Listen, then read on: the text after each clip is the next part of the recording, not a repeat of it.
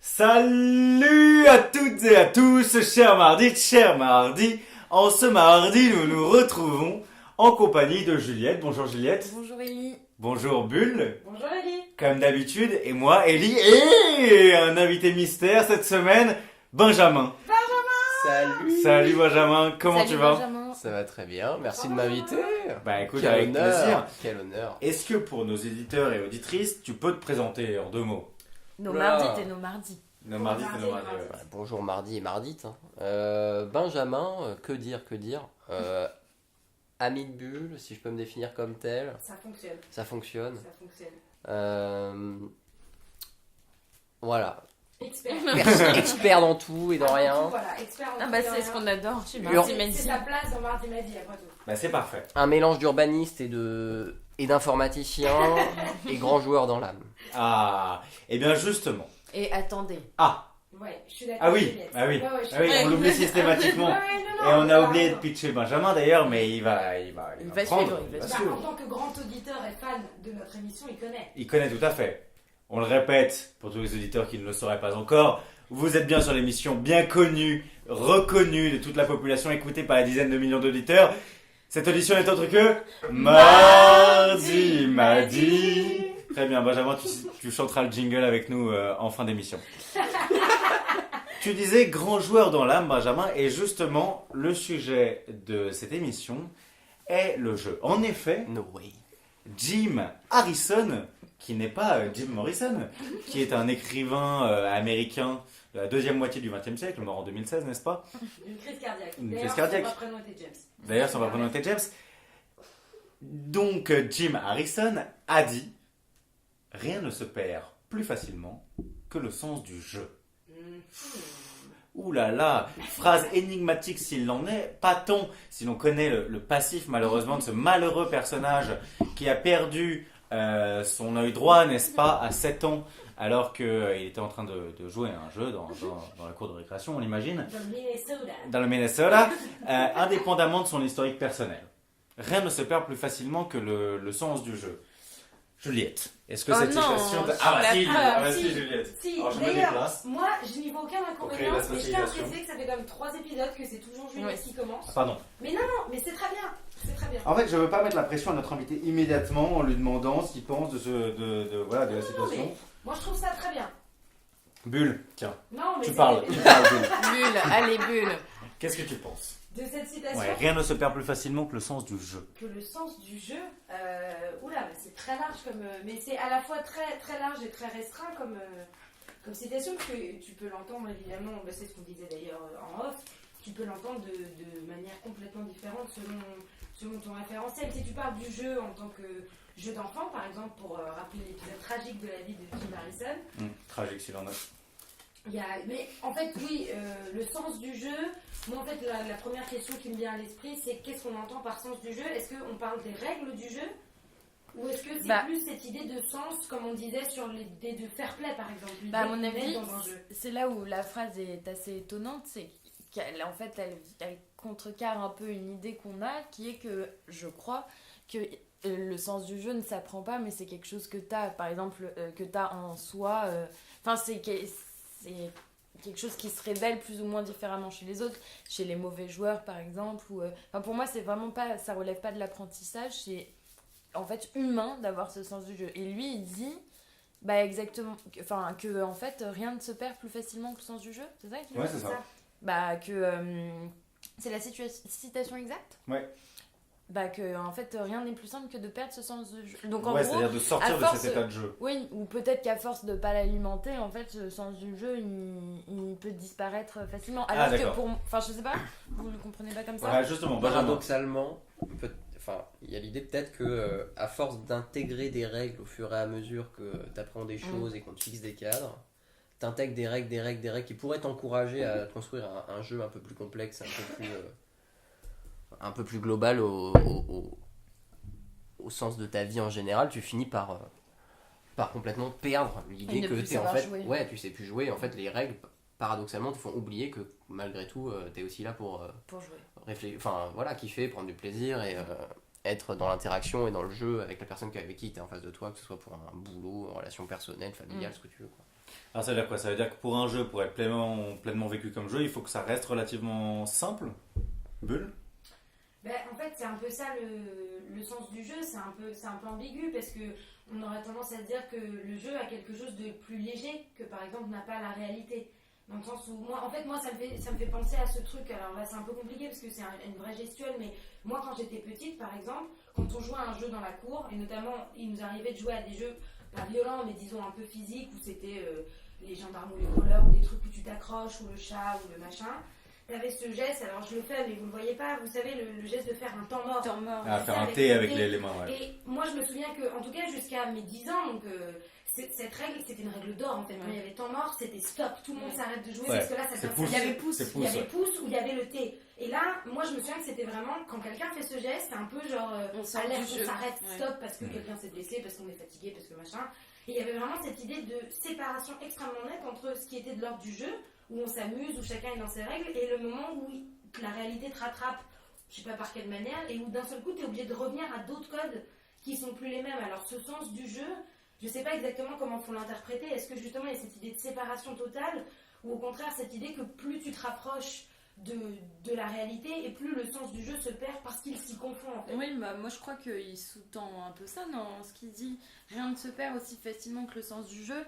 C'est aussi que parfois tu joues avec les gens juste pour peut-être attirer l'attention ou avoir. Enfin, ou même des fois pour créer juste un contact parce que t'as rien à. Enfin, tu connais pas la personne avec qui t'es en train de parler.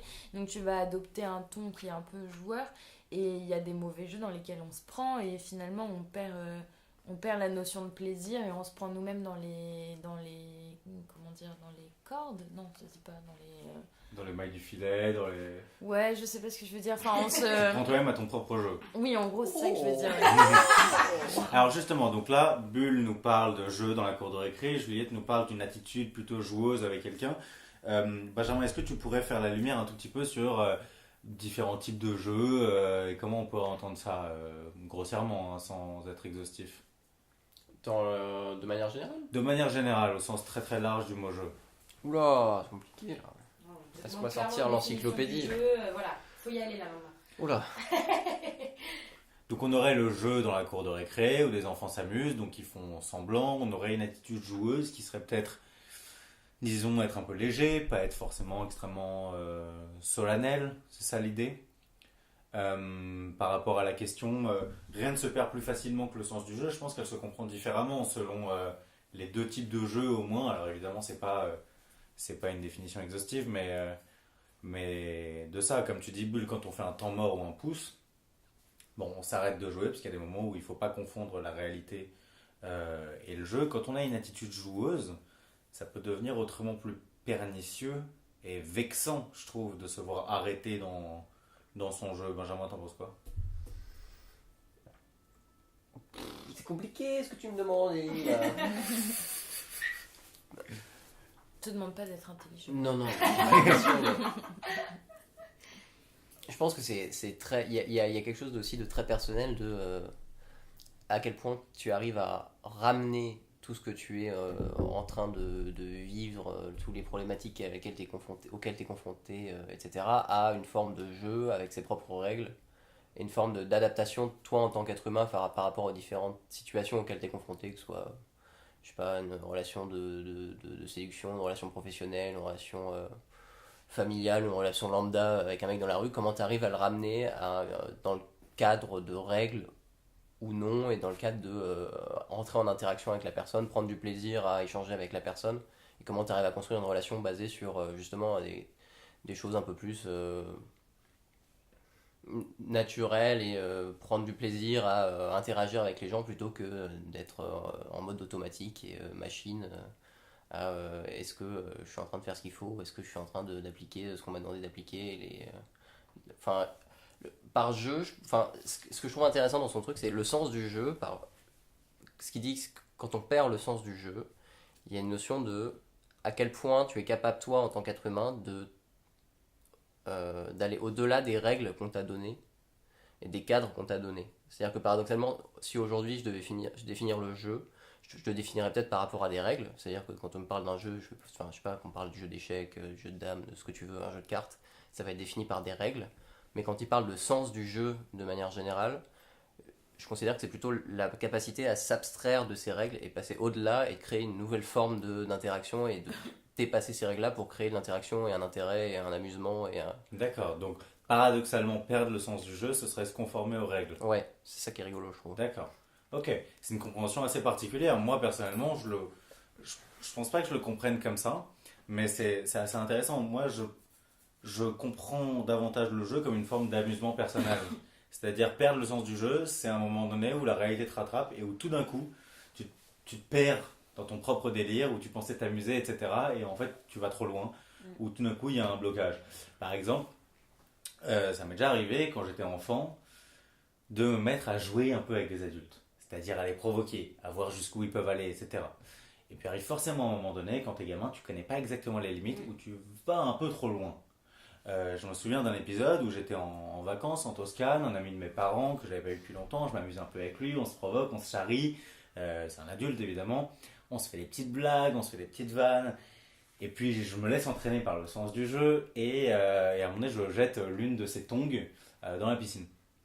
Sauf que c'était pas n'importe quel tongs, c'était des tongs auxquels il tenait beaucoup, parce qu'il les avait achetés, je sais plus où, au Japon ou quoi que ce soit. Attention, on parle quand même d'une paire de tongs. Non mais c'était une paire tu vois, de tongs Bah, un peu japonais, spéciales, tu vois. Normatif. Non, mais tu vois une espèce Bah, les gens d'osier, un racontent. peu. Bref, c'est pas une tongue en plastoc, genre Havaianas ou quoi, que je l'avais vraiment niqué en la jetant à la flotte. Quelle idée. Et lui a perdu immédiatement le sens du jeu. Ouais. Je pense qu'il a pas su fixer des limites, il a pas su me fixer des limites. Et moi, ça m'a fait perdre tout de suite le sens du jeu parce que j'ai compris que je l'avais vraiment vénère. Et il était vraiment énervé. Et je me souviens avoir été face à une forme de désarroi total où je pensais qu'on s'amusait, je pensais que c'était cool, etc. Et tout d'un coup, la réalité m'a rattrapé. Ouais, mais j'ai eu le même genre d'expérience. Mais... Et j'ai ressenti la même chose, mais dans la situation inverse, où un jeune ami d'amis s'amusait à donc il devait avoir, je sais pas, il doit avoir, je sais pas, peut-être un peu moins de 10 ans de moins que moi, à me voler mon tabac à répétition. Et au début, ça me faisait marrer, je jouais avec lui parce que je voulais pas faire le daron relou, etc. Et puis au bout d'un moment, ça me faisait plus rire, quoi, du tout. Sauf que tu sais pas comment Ouais. lui formuler sans que ce soit trop violent. Parce que de ce point de vue-là, je pense que la perte du sens du jeu peut être super violente, notamment pour un enfant. Genre, ok, maintenant on rigole plus. Et ça peut encore rester dans le jeu. C'est-à-dire, où sont les limites? C'est-à-dire que quand tu dis ça, le mec va faire ah, c'est ça, ouais, tu fais semblant d'être vénère alors qu'en fait tu joues, etc. Non, non, je rigole pas là. Tu me rends mon truc, tu vois. Et t'as pas envie d'être vraiment violent contre un enfant, tu vois. Donc, adulte ou enfant, t'es dans les deux cas dans une situation un peu délicate. Mais c'est-à-dire que c'est un retour au sérieux, ce truc qui te fait comprendre que le jeu c'était une parenthèse rigolote, mais là, enfin, il y a quelque chose d'un peu grave qui se passe, donc on te recadre. Et moi aussi, j'ai des... mais je saurais pas l'expliquer, mais je retrouve ce sentiment là quand tu racontes où tu te sens bête en fait, quand t'es à la place de l'enfant, Ouais. quand t'as dépassé tes limites. Tu te sens bête parce qu'en fait, tu te rends compte que sur les quelques dernières secondes, t'as été tout seul à jouer, quoi. Enfin, on n'a pas suivi ton mouvement ou tu l'as engagé trop loin, tu vois. Ouais. Je pense qu'il y a quelque chose d'intéressant dans ce que tu viens de dire, l'idée d'être seul à jouer. Mais justement, moi, ça me faisait penser à... Parce qu'on était en train de parler de comment est-ce qu'on interprète cette idée de sens du jeu. Moi, j'y vois encore une autre facette qui rejoint un peu ce que vous disiez à l'instant. C'est cette idée que rien ne se perd plus facilement que le sens du jeu. Il y a une idée que le sens du jeu, plus que le perdre face à quelqu'un qui ne joue plus, il y a aussi cette idée que tu peux t'y perdre toi-même très facilement. Et je pense justement à quelqu'un qui jouerait sa vie. Alors, c'est une sorte de phrase qui veut tout dire et rien dire. Mais tu vois, c'est comme, plus pragmatiquement, c'est comme tous ces acteurs, à tort ou à raison, qui disent qu'ils se sont perdus dans leur personnage. Ou plus généralement, tous ces gens qui vont te dire « Ah, ça va, je rigole » ou « Je fais que jouer avec cette personne ou avec cette chose » et qui, petit à petit, en fait, se perdent eux-mêmes dans leur propre vision, au point que, justement, je sais pas si c'est le jeu qui meurt ou si c'est la réalité qui se retrouve, en fait, complètement pervertie, au point que, justement, le sens du jeu se perd parce que en voulant rester dans ce jeu, en voulant trop pousser le jeu ne devient plus un jeu. Mais c'est pas forcément une limite qui est perceptible. Et c'est peut-être là où en fait le jeu devient le plus dangereux. C'est quand on n'a pas de pouce disponible, ou pas de temps mort, ou pas d'adulte pour te dire stop, arrête, tu vas trop loin. Je pense que là, donc, on est clairement sur une dimension du jeu qui est relative à l'amusement. ou au côté ludique. Mais en fin de compte, c'est pas si différent de ce que disait Benjamin dans le côté paradoxal que quand tu pousses le jeu à fond, en réalité, c'est le moment où tu dépasses les règles, où tu fais fi de ça. Tu crées tes propres règles. Voilà, tu crées tes propres règles. C'est-à-dire que, en fait, je pense que le jeu, c'est quand même un cadre spécifique, que ce soit le cadre de l'amusement, que ce soit le cadre des règles. Et à partir du moment où tu l'outrepasses, à ce moment-là, tu perds pas forcément le sens du jeu, au sens où tu dépasses simplement la simple, stricte dimension d'un jeu précis pour faire de ta vie un simple jeu, une manière d'inventer des nouvelles règles, etc. Mais ça peut être pervers ou pernicieux dans la mesure où tu te perds. Toi, Benjamin, est-ce que tu as un exemple précis de l'idée de perdre, d'inventer ses propres règles? Comment tu pourrais l'illustrer concrètement, par exemple? Là, tout de suite, je vais te dire de mon expérience personnelle. Moi, je suis un grand adepte de jeux vidéo. C'est aussi pour ça que Stem est revenu. Moi, ce que je trouve intéressant dans le fait de faire ses propres règles, c'est qu'il y a des jeux, par exemple, qui te proposent un cadre prédéfini où on va te fixer un tel univers avec telle limite, et les joueurs vont avoir telle action possible sur l'environnement, etc. Et ce que je trouve rigolo, c'est que les communautés de joueurs, de manière générale, vont à chaque fois, et ça loupe à aucun moment, essayer de voir où se trouve la faille dans ton système de règles Le et glitch, dans ton environnement. Voilà, où est ton glitch, où le jeu arrive à ses limites, pour essayer d'exploiter ça et d'arriver à des résultats qui sont en fait de l'extérieur beaucoup plus amusants à voir, et ça donne lieu à des pratiques qui sont beaucoup plus intéressantes que si tu t'étais strictement conformé à ce que les développeurs du jeu ont voulu t'offrir en fait. Donc c'est les joueurs qui entre eux vont construire un nouveau système de règles et un nouveau système de pratiques qui fait qu'en fait ils vont kiffer, ils vont créer un jeu par-dessus le jeu. Et je pense que cette analogie qu'on a, enfin que je montre là par rapport aux jeux vidéo qui est développé aujourd'hui par plein de pratiques qui s'intéressent à aller voir tout ce qui touche au speedrun, qui consiste à terminer le jeu le plus vite possible, ou à tous les systèmes de glitch, etc. Il y a des trucs super rigolos. Mais je pense que ça peut être un peu, d'une certaine manière, une métaphore, développé de manière plus large sur, en gros, en fait, aujourd'hui, est-ce que finalement, il n'y a pas plein de gens, je sais pas, dans une boîte à qui on demande de remplir tel objectif, etc., qui s'amusent pas à justement créer des objectifs, se mettre des objectifs personnels supplémentaires, créer des nouveaux systèmes de valeurs et arriver à entre eux se créer de nouvelles règles, un système de compétition un peu sympa entre eux et à aller plus loin que ça en fait, quoi.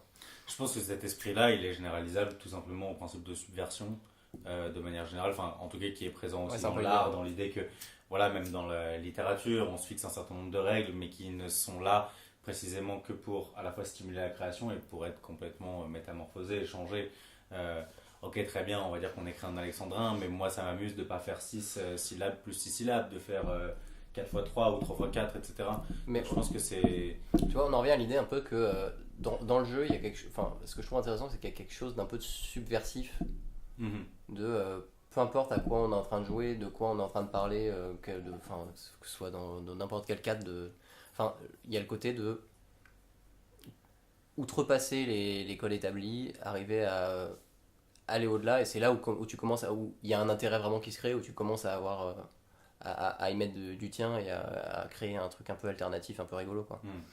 Que ce soit dans l'art, que ce soit dans que ce soit dans tout, quoi.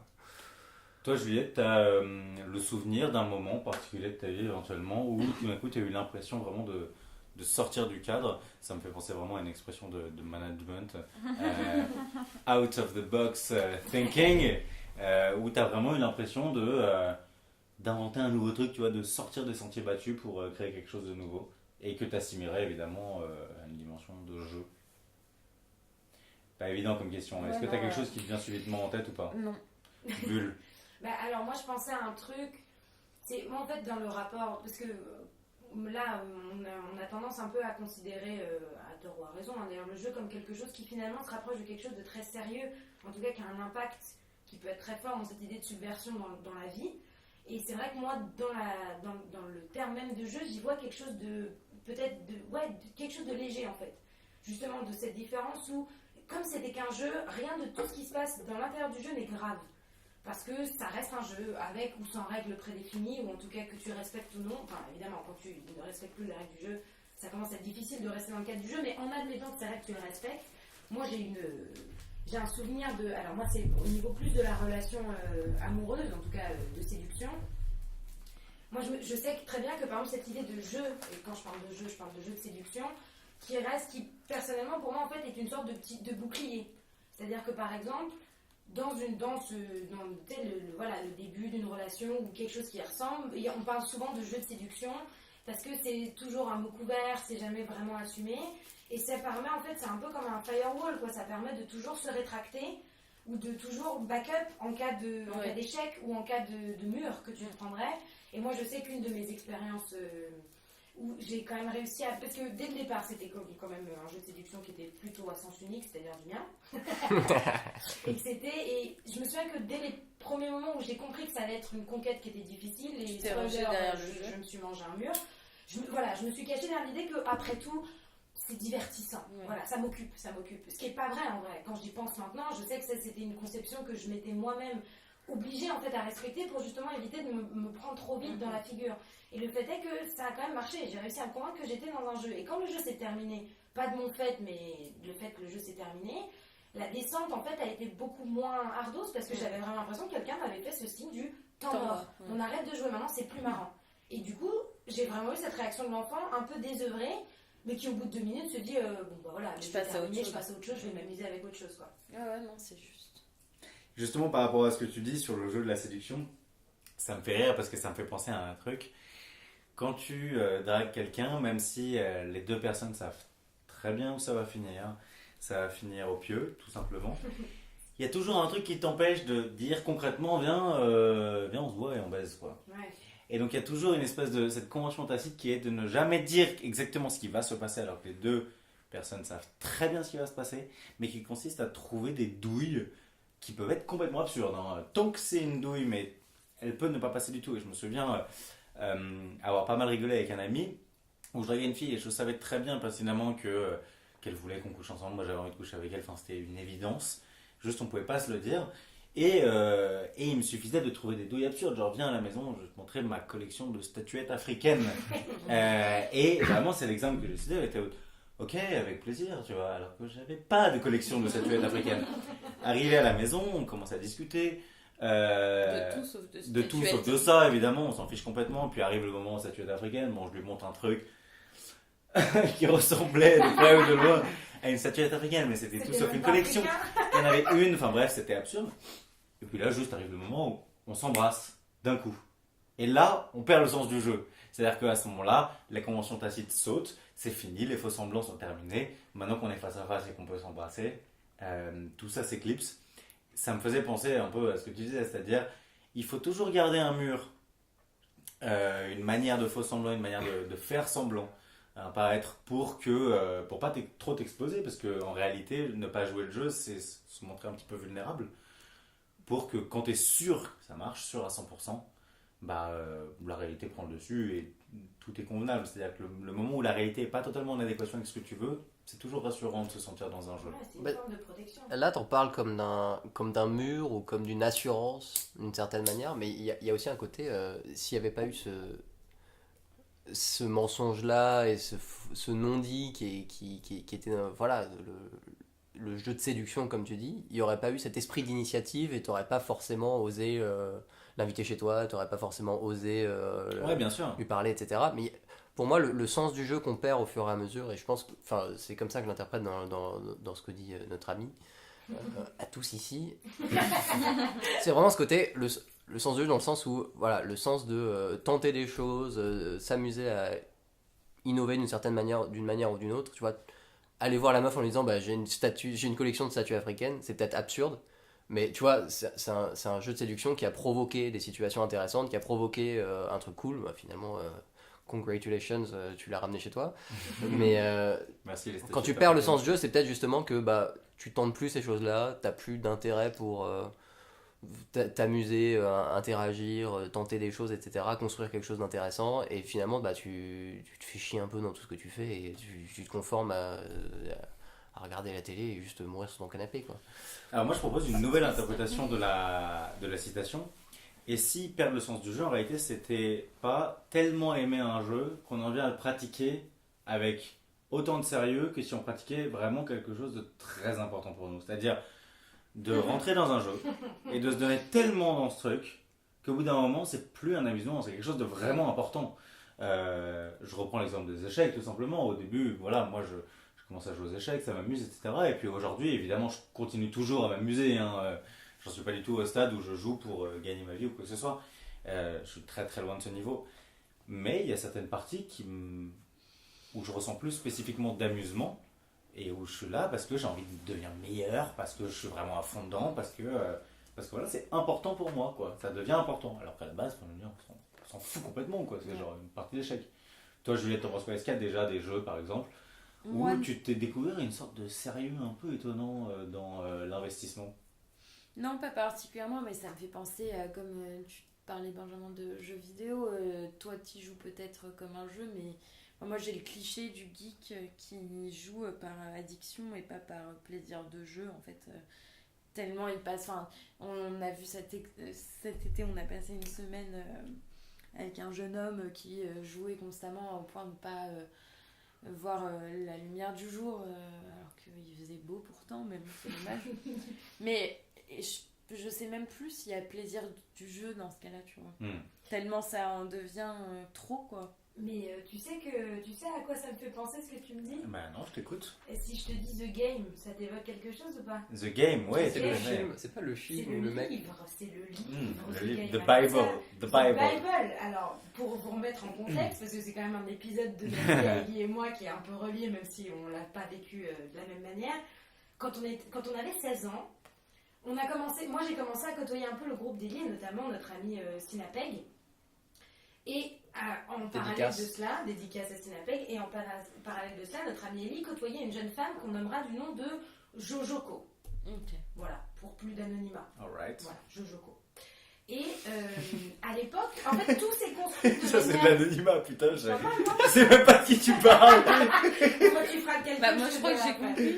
Ok. Moi, je suis un de petits surnoms, quoi. C'est pour conserver Ok, la ouais, mémoire de nos ouais, auditeurs. ouais. Bon, et ben, alors, je pourrais même plus vous expliquer comment chaque truc s'est retrouvé imbriqué les uns des autres. Toujours est-il que, en termes de jeu complexe, je pense qu'on a difficilement fait mieux, en tout cas dans mon expérience personnelle.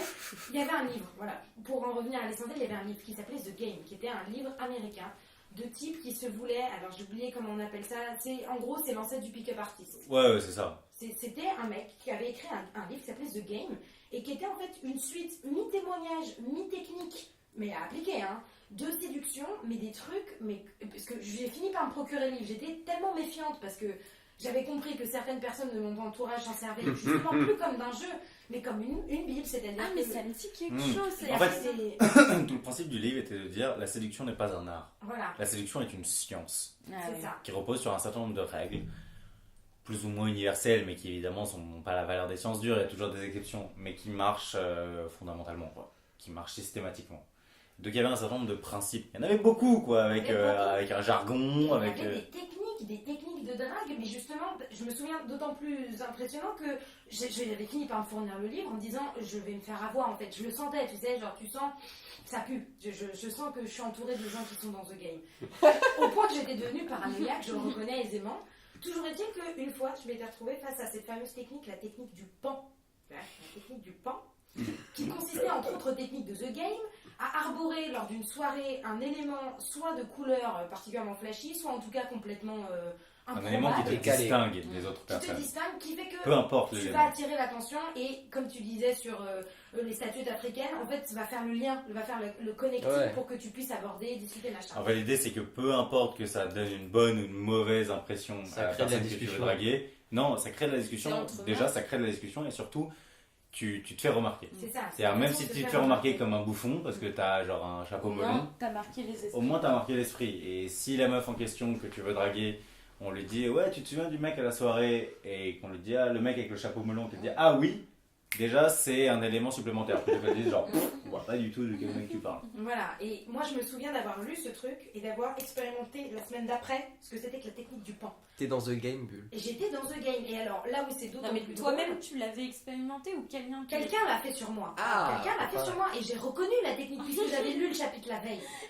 T'as dit genre, ah, c'est la technique du pan. Alors je l'ai pas The très fort, j'ai peacock pas osé le dire technique. parce que je me suis dit qu'au moins ça avait marché, et plus drôle encore, et c'est là où on part sur du mind game justement, cette fameuse personne Je me suis retrouvée à aller chez elle la semaine d'après. Pareil, dans le genre accord tacite, jeu de séduction. On peut avoir un petit nom de ce Oui, il fameux- s'appelle Sinapeg. Ah d'accord, ok. Dédicace. Dédicace à Sinapeg. Non, pour nos auditeurs et auditrices, quand même, on peut le préciser, Bull est sorti 4 ans avec cette personne. Voilà. Bon, On et- est sur du petit 4 ans et demi. Ah oui, non mais c'est quand même une bonne technique Comme alors. Ah bah ce game a parfaitement fonctionné, mais le jour Et où j'ai c'était été quoi chez l'élément par hasard? lui, l'élément c'était le collier du cube. D'accord. Voilà. C'est un collier un peu Et spécial. le jour du truc, je suis arrivée chez lui et moi la veille, le matin même, j'avais eu cours. Et en cours, j'avais discuté avec une copine qui m'avait fait faire un jeu ridicule où dessine un cube, imagine une échelle, imagine un cheval et ça devait soi-disant, selon comment tu dessinais ou tu te représentais, en gros te donner une sorte de personnalité. Ouais. Et moi ça m'avait fait marrer. Et donc je suis arrivée chez Sinapeg en me disant « Oh c'est trop drôle, je vais lui faire ce truc-là ». Sauf que j'avais pas encore lu ce chapitre du game qui en fait existait déjà. Et lui, son but, c'était de me faire ce truc pour lier le lien. Sauf que moi, sans savoir, je lui ai fait faire ce jeu-là. Ah c'est pas vrai. Et il s'est auto-perdu dans son propre jeu qu'il essayait de me faire à moi, que j'avais fait sans savoir que c'était un jeu. Hmm. Vous voyez ce Pardon que je veux dire? Tu peux répéter s'il te plaît? La En vie gros, n'est mais qu'une tu veux dire gigantesque qu'il partie avait- d'échecs. Il avait prévu de te faire un jeu d'identification. Tout à fait, qu'en fait, j'ai devancé sans le savoir, en faisant un jeu, en pensant être dans un vrai jeu. Un jeu qui avait, voilà, un jeu d'enfant, quoi, qui avait... Donc en fait, 10 tu aurais minutes de pu durée. écrire The Game en fait. Et en fait, lui, son jeu était beaucoup plus sérieux puisque c'était sa manière à lui de m'amener dans son lit, en fait. Et on s'est, chacun, en fait, on a plongé dans ce jeu-là sans vraiment se rendre compte des degrés d'implication dans ce jeu qu'on avait tous les deux construit sans le savoir, en fait. Alors, je vais vous raconter une petite anecdote qui va faire une bonne transition entre ce que vient de dire Bull et le dernier sujet que je voulais aborder avec vous. Oui, il m'est arrivé, pareil, d'essayer une technique qui est présente dans The Game qui s'appelle la win-win situation. Donc, pour les non-anglicistes, situation gagnante-gagnante. On était en Bretagne avec, d'ailleurs, on le retrouve partout, hein, ce Sinapeg. Ouais, il est partout, hein. On avait abordé des filles. Promis, on n'a pas qu'un ami. Hein. On avait abordé des filles et j'avais lu, je sais plus où, sûrement dans The Game, peut-être ailleurs, je sais plus, quelque chose de totalement loufoque et de totalement stupide aussi, parce que j'étais jeune et con. Une technique qui consistait à prendre le portable d'une des filles et À le jeter dans l'eau. non, et à le mettre dans mon caleçon. Oh, Quoi? putain, mais c'est quoi cette technique de Pour qu'elle aille le récupérer. J'ai donc pris le portable d'une des filles et je l'ai mis dans mon caleçon. Oh là là.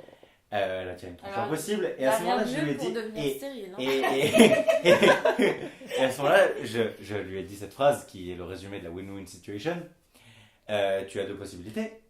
Soit tu viens récupérer ton portable, T'as eu du Dans culot quel de dire sens ça? soit je m'en vais et je gagne un portable, quoi. En gros. Donc j'avais en gros, j'étais dans une situation plus ou moins gagnante-gagnante, où soit en gros je me faisais toucher la bite par une meuf, soit je gagnais un portable. C'est un peu abusé. Oui, hein, c'est quand même, totalement, hein. non, mais c'est totalement de l'abus. hein. C'est de l'abus de non, mais c'est de faiblesse, l'abus enfin, je sais pas total. comment dire. C'est de l'abus total. Cette meuf a réagi de la bonne manière. Elle t'a défoncé ta gueule. Ouais, elle s'est vénère, mais de ouf. Alors que jusque-là, on passe une bonne soirée, haha, on rigolait, c'était cool, etc. Quand j'ai fait ça, elle a fait genre, non mais tu vas t'arrêter tout de suite. Elle a pété un câble, elle s'est vénère. Ça s'est arrêté immédiatement. Le jeu de séduction comme le jeu de la win-win situation. Elle m'a dit genre, maintenant tu me rends mon portable et genre, c'est terminé, tu vois. Et je te dénonce à la police. Et donc moi, je m'obstinais un tout petit peu, et puis au bout d'un moment, la situation commençait à devenir un petit peu embarrassante. J'ai sorti le portable, je l'ai rendu. Sinapeg a eu la présence d'esprit de dire ok mec on se casse. Immédiatement, au lieu de me laisser dans ma merde, on s'est cassé. Bon, il se trouve qu'apparemment ça n'a pas particulièrement choqué parce que le lendemain on les a revus, elles nous ont accueillis à bras ouverts. Donc bon. Mais ça me permet de faire la liaison avec un dernier point qui est la question en gros du rage quit. C'est-à-dire le moment où le jeu s'arrête d'un coup. Est-ce que le rage quit pour les non-initiés, c'est le fait de jouer à un jeu, on s'amuse, c'est super, et puis tu perds. Et donc là, tu quittes la game. C'est-à-dire, voilà, c'est souvent dans les jeux vidéo, tu perds et puis là, tu te déconnectes. Quoi. Tu as tellement la rage de perdre que tu te barres. T'arrêtes de jouer, tu finis même pas la partie, t'assumes même pas que tu as perdu. C'est-à-dire que tu quittes le jeu plutôt que d'assumer d'avoir perdu. En gros, c'est une situation toute bête de mauvais perdant. Ouais. Est-ce que C'est le vous, carton rouge quoi. c'est pire que le carton rouge parce que c'est toi qui décides C'est de toi sortir qui du te terrain. donne ton C'est pas un propre arbitre carton qui est selon rouge. un certain nombre de règles. Ouais, c'est le joueur qui en a marre des décisions de l'arbitre et qui sort du stade. En gros, je sors du jeu, je nique le jeu, je m'en bats les couilles des autres gens qui restent. Est-ce que vous êtes des bons ou des mauvais joueurs, Juliette? Je pense que je suis pas une très bonne joueuse. Est-ce que tu peux le redire plus près du micro? J'aimerais bien... Je pense que je ne suis pas une très bonne joueuse. D'accord. Est-ce que tu as un exemple, une anecdote un peu cinglante de... Non, mais quand j'étais petite, j'aimais pas perdre. Ouais. Mais bon, j'ai pas non plus. Mais à quel point, c'est ça qui m'intéresse. Non, mais jamais au point de renverser le plateau de jeu ou quoi que ce soit. Non, Ok. mais ça, jamais, tu vois. Mais une petite triche par-ci par-là, quoi. Genre un Ah, mais la triche, comme dirait Benjamin, enfin, je sais pas du tout si c'est ça que tu allais dire, mais c'est une manière de se faire ses propres règles en soi. Non? Oui. Alors, comme il a ça, une oui. mine extrêmement dubitative. C'est-à-dire, vraiment, Non, mais- il consent à dire Non, oui, mais mais. C'est-à-dire que oui, dans un certain cadre, après, dans le cadre d'un jeu au sens strict du terme, jeu de société, etc., jeu vidéo, bon, je dis pas que je cautionne pour autant, quoi. C'est juste ça. Moi, on m'a toujours appris, un tricheur est parfaitement licite dans la mesure où on le prend pas sur le fait. Dans la mesure où il se fait pas choper. Non, mais ça, c'est une théorie Oliven. Ah non, un tricheur n'est pas un tricheur donc il se fait pas choper. Mais en tout cas, ce qui est marrant, c'est que je trouve qu'on découvre vraiment la personnalité des gens aussi quand on joue avec eux, ou en tout cas, on leur découvre un trait de personnalité. Je me souviens d'un jour chez une amie à nous, où on avait joué à un jeu par équipe, je sais plus si c'était un Time's Up ou une connerie comme ça, où il y avait deux équipes l'une contre l'autre. Et je me souviens d'avoir découvert que notre ami Léon Haouz est très mauvais joueur en fait. Ah ouais? Mais un point que jamais j'aurais soupçonné. Et du coup, t'en découvres un peu sur la personnalité de la personne que tu pensais connaître très très bien. Et bon, c'est pas un trait de déception. Enfin, moi, les mauvais joueurs, ça me dérange pas. Hein. Mais c'est juste que je m'étais rendu compte que. Il voulait pas perdre, quoi. Enfin, c'était marrant, quoi. Et ça qui est étonnant, c'est que Léon House, par exemple, est quelqu'un de relativement chill dans la vie de tous les Bah jours. oui, Et c'est c'est peut-être ça. dans les moments de jeu, justement, où il est. Il y a une tension, quoi. Bah, en tout cas, ça le prend plus Ouais. à la gorge. Enfin, en tout cas, il a plus à cœur de réussir, quoi. Ouais. C'est marrant parce que moi, c'est, pour le coup, on parlait de Rage Quit, moi c'est complètement ça, mais moi c'est dans l'inverse. C'est-à-dire que je me considère peut-être à tort comme une bonne joueuse, c'est-à-dire qu'effectivement, perdre une partie de cartes, une partie d'échecs, une partie, je m'en fous, enfin, précisément parce qu'on est dans le cadre du jeu, et que cette défaite finalement ne m'impacte très peu en fait, ça va pas m'empêcher de déjeuner, de dormir, de m'amuser. Et à l'inverse, je pense qu'effectivement dans la vie, je suis une très mauvaise perdante. Ah ouais. Justement, est-ce que c'est pas à ce moment-là que tu perds le sens du jeu, Bulle? Mais si, Parce que finalement, on devrait pas. Justement, la leçon, c'est pas d'arriver à relativiser, et mais complètement, d'être et c'est chill pour sur ça ces que cadres-là aussi. Je quoi. parle de Rage Quit parce que moi je suis adepte de ça. C'est-à-dire que mon exemple le plus prenant que j'ai, c'est que quand j'ai fini mon année de CAG, j'ai passé le concours du CELSA. Et j'y suis allée comme un jeu. C'est-à-dire je me suis dit, je vais à l'écrit. De toute façon, je vais jamais l'avoir. J'y vais les mains dans les poches. J'ai eu l'écrit. Bon, donc j'avais l'oral. Et à partir de ce moment-là, sur les 2 semaines de préparation d'oral, j'ai réussi à me convaincre que c'était l'école que je voulais. Je voulais cette école, je voulais cette oral, je voulais tout chez cette école m'attirait, tout était super. J'ai passé l'oral, je l'ai raté, et avant même d'avoir la réponse, j'ai réussi à m'auto-convaincre, et c'est pour ça que je parle de Rage Quit, que c'était de la merde cette école, ça ne correspondait pas. En fait, je m'étais leurrée, et ce qui fait que quand j'ai eu la réponse que effectivement je n'étais pas prise, je m'en suis lavé les mains. Mais dans le fond, maintenant, avec du recul, je sais que c'était du pur Rage Quit. J'ai quitté la partie parce que je préférais que mon aveu d'échec me vienne de moi en fait que quelqu'un d'extérieur. Ce qui fait que quand l'autre m'a dit je suis pas prise, dans mon esprit, en fait, c'était je l'avais deviné avant toi. Je savais, avant même que tu dises que j'avais perdu. Donc en fait, j'avais quand même gagné. J'avais Rage Quit. C'est comme dans Hearthstone, quand tu quittes la partie avant l'autre. Ok, t'as perdu, mais ça fait chier parce que l'autre il avait un coup de grâce, parce qu'il avait un combo, parce qu'il avait prévu, tu vois, une belle sortie. C'est une manière de niquer l'adversaire en disant bah ok t'as gagné mais en réalité je t'ai baisé ton je t'ai baisé ta win, parce que quoi. j'avais senti avant même que tu sentes que j'avais perdu et c'est de la mauvaise foi pure et dure, mais en fait je crois que dans la vie je suis comme ça, je déteste perdre dans la vie, donc je fais en sorte d'auto-perdre, enfin non même pas de perdre comme tu dis, de quitter, je de quitte sortir un peu gagnante d'une je manière ou quitte d'une autre. avant pour pas avoir à me prendre la défaite dans la figure et de dire bah j'ai quitté ou j'ai eu un problème de réseau, tout simplement. Dans ce cas-là, le sens du jeu sera d'accepter, tu vois, Ouais, non, mais tes t'as faiblesses personnelles, ta capacité à avoir tes échecs, à te remettre en question. C'est ça aussi le sens du jeu, peut-être. Hein. Ben, t'as raison, il y a ça aussi dans le sens de... Je suis d'accord, le principe même d'un jeu, c'est que t'es capable de gagner comme de perdre. Toi Benjamin, bon ou mauvais joueur? Je pense plutôt être bon joueur. Je dis pas que je l'ai toujours été. Après, moi, comme je l'ai dit, j'ai une grosse culture de jeux vidéo et du jeu de manière générale. Donc, ça dresse, quoi. Hein. T'apprends à perdre. C'est aussi ça qui est intéressant. Mais t'apprends à être combatif aussi. Et moi, c'est ça que je retiens dans cette citation, c'est que de tout ce qu'on a dit depuis le début, de par nos différents angles d'attaque de la citation, moi, ce que je retrouve comme point commun, c'est vraiment le jeu comme moteur. C'est-à-dire que ce soit de manière transgressive, que ce soit de manière juste amusement, que ce soit de manière remise en question de soi-même, mauvais perdant, bon perdant, etc. Il y a toujours une question de... Le sens du jeu, c'est aussi une manière de être vivant, se sentir vivant, respecter ou transgresser les règles, mais toujours essayer d'imaginer, d'inventer, d'aller plus loin, quoi. Et d'être dans la réflexion, dans l'interaction, et c'est ça que je trouve intéressant dans ce thème-là, quoi. Bah, je crois que je suis assez d'accord avec toi. Moi, si je voulais élargir un peu la citation, j'ai tendance parfois à essayer de m'auto-convaincre que tout est un jeu. C'est une manière pour moi de relativiser un petit peu et d'essayer de prendre plus à la légère des choses qui peuvent sembler une montagne et qui, en fin de compte, vont pas déterminer le sens de ta vie, mais vont te permettre d'y aller, l'esprit un peu plus serein, etc. Moi, je pense, à titre personnel, ne pas être foncièrement mauvais perdant. C'est-à-dire que je pense accepter de perdre. En revanche, ça n'empêche pas que je me donne à fond. Je crois dans les jeux que je fais. Moins pour essayer de gagner fondamentalement que pour simplement le pur plaisir de se donner à fond dans un jeu. Et en revanche, il y a un truc que je supporte pas, c'est précisément les rage quit. C'est-à-dire que moi, jamais je vais rage quit. Jamais. Ellie te déteste, Bulle. Non mais... Non. Je Au parle... niveau de la vie, c'est Non, difficile. non, je parle de jeu, vraiment, et éventuellement dans la vie. Mais je pense que c'est aussi parce que j'ai été éduqué à la culture manga, pour lequel il y a... c'est peut-être un des principaux adages de la culture manga shonen, c'est on n'abandonne jamais. Tu vois. C'est, je pense, un des trucs. Et surtout, l'important, c'est aussi, voilà, ça nous arrive de nous prendre des déculottés, mais c'est une source d'enseignement pas possible. Et moi, il y a un truc que je déteste dans le rage quit, c'est justement profite de la défaite pour progresser, pour devenir meilleur. Rage quitter, c'est nier le jeu, non seulement dans sa dimension ludique, d'amusement, mais aussi dans sa dimension pédagogique, intéressante. On peut apprendre d'un jeu, qu'on gagne ou qu'on perde en réalité. L'important, c'est de participer, peut-être. Waouh!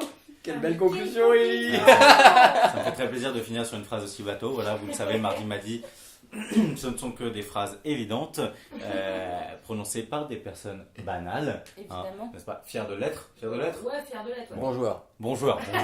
Bon joueur de la vie, voilà. Avant tout, bon joueur. Honnêtement. Écoutez, après 42 minutes 30 de podcast, ça me fait très plaisir d'arrêter ici cet épisode. Merci beaucoup Benjamin, notre Merci. invité, Merci à vous. Benjamin. de nous avoir éclairés. Éclairé. Merci à Bulle. Merci Ellie. Merci Juliette. Merci Ellie, merci Bulle. Merci Juliette. Merci Benjamin. Merci Merci, Benjamin. Benjamin. Ouais, quand même, quoi. Merci Un peu Bulle de et respect. Merci Juliette aussi. Merci beaucoup. Voilà, cet épisode touche à sa fin. Merci de l'avoir écouté jusqu'au bout si vous avez été assez courageux pour entendre ces presque 45 minutes de podcast. Malgré ce nouveau format, cette seconde saison, oui, on peut se permettre de dépasser. La nouvelle saison ne fait pas que 30 minutes. Voilà, on avait un invité. Je te laisse qu'on dépasse un petit peu pour creuser un peu le sujet. Il y aurait tant de choses à dire sur le jeu. C'est un sujet tellement passionnant. Peut-être envisager une partie 2. Qui sait, Qui sait? hein. Ceci est une bouteille à la mer. I'll be back. Voilà. I'll be back, dit Benjamin. Nous nous reverrons peut-être. Merci encore. Merci à toutes les mardites, à tous les mardis, d'avoir suivi avec autant d'attention cet épisode de Mardi. Pardon, excusez-moi. Je crois que j'ai pas tout à fait entendu notre invité chanter. Est-ce qu'on J'ai pourrait tenté avoir quand même. un solo J'ai lead tenté. vocal? Attends, C'est la petite phase de bizutage, forcément, il en faut une. Je te Benjamin, refais, est-ce qu'on je peut te refais. t'entendre cet épisode de Mardi. Merci Benjamin. Allez, on vous fait des bisous. Ciao, ciao, à mardi prochain. On vous aime fort. À plus.